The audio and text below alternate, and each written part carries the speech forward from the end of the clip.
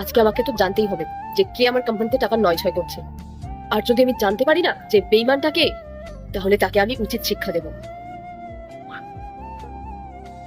গোপাল, স্নেহা, পূজা, তোমরা এদিকে আসো।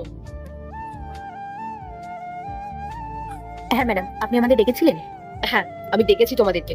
আর তোমরা তো জানোই যে সামনে পয়লা বৈশাখ আসছে, তাই আমি ভেবেছি নতুন বছর উপলক্ষে আমি তোমাদেরকে 2 দিনের ছুটি দেবো। ছুটি নিয়ে যে যার বাড়ি যাও, আর নতুন বছর খুব ভালোভাবে উদযাপন করো। আর এই মিষ্টির বক্সটা ধরো। Thank you ma'am. এটা তোমার। এই নাও Gopal. Thank you ma'am. Thanks ma'am. আরে ম্যাম, ম্যাম বলছি মিষ্টিগুলো দেখে খুব দামি মনে হচ্ছে। আমরা তো এরকম মিষ্টি কোনোদিন খাইও নি। Thank you so much ma'am আপনাকে। সত্যি ম্যাম, আপনি খুব দয়ালু। আপনি কত খেয়াল রাখেন আমাদের মতো কর্মচারীদের। আপনার মতো মানুষ খুব কমই আছে পৃথিবীতে। আচ্ছা ঠিক আছে ম্যাম, আমরা এখন আসছি। ঠিক আছে। কি হলো গোপাল, তুমি এখানে দাঁড়িয়ে রয়েছো কেন? তুমি বাড়ি যাবে না? হ্যাঁ ম্যাম যাবো, কি বলবো আর, কিন্তু আমার এটা ভেবে আনন্দ হচ্ছে যে আমি 2 বছর পর বাড়ি যাবো। ট্রেনের টিকিটও কেটে ফেলেছি। তবে ম্যাম আপনার সাথে একটা কথা ছিল, মানে অনুরোধ ছিল। কিন্তু গোপাল, আমি তো তোমাদেরকে 2 দিনের ছুটি দিয়েছি, তাহলে তুমি 2 সপ্তাহ পরে কেন আসবে? আসলে ম্যাম মা বলছিল কত বছর তোকে দেখিনি, নিজের হাতে তোকে কতদিন খাইয়ে দিন, তুই ওখানে কি খাস কে জানে, নিজের কোনো খেয়ালও রাখিস না। এবার আসলে 2 সপ্তাহ আগে তোকে ছাড়বো না।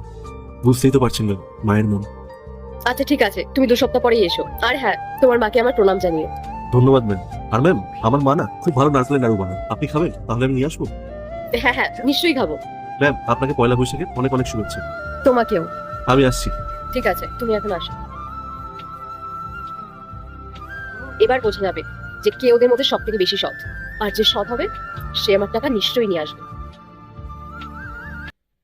স্নেহা, একটা ম্যাজিক দেখবি? কি? এই দেখ। আরে দেখ, আমার বক্সে টাকা আছে। তার আগে দেখবো কারা শয়তানকে হারিয়ে আল্লাহকে ভালোবাসে। যারা আল্লাহকে ভালোবাসে ভিডিওতে লাইক করে চ্যানেলটিকে সাবস্ক্রাইব করে দাও। যারা শয়তানকে ভালোবাসো তাদেরকে ভিডিওতে লাইক সাবস্ক্রাইব কিছুই করতে হবে না, কমেন্ট করো আল্লাহু আকবার।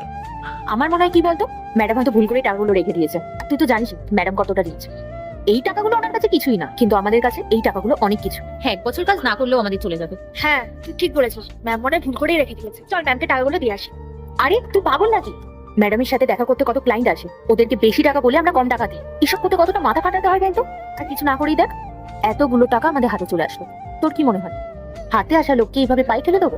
এই টাকাগুলো আমাদের, বুঝলি? হ্যাঁ, তুই ঠিকই বলেছিস। আমি অনেক পাগল আছি। মাঝে মাঝে আমার মাথায় সততার ভূত চেপে বসে। মা লক্ষ্মী নিজের হাতে ধরা দিয়ে তারও সমান আমরা কি করে করতে পারি?